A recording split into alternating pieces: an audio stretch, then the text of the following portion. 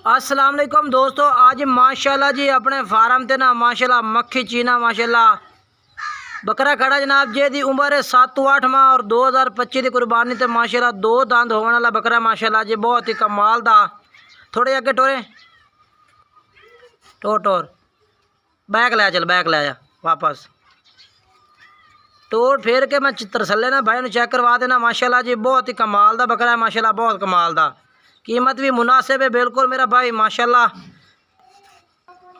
तो जी कीमत है ना यदि बिल्कुल मुनासिब है, कोई भाई खरीदना चाहे फाइनल 55,000 रुपये का लग जाए, 55,000 रुपये का।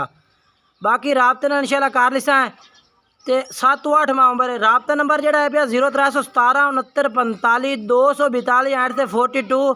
दूसरा नंबर है 0319 85 57 563 बैग लाया 85 57 563। बाकी जनाब टोर फेर कर चेक करवा देवा।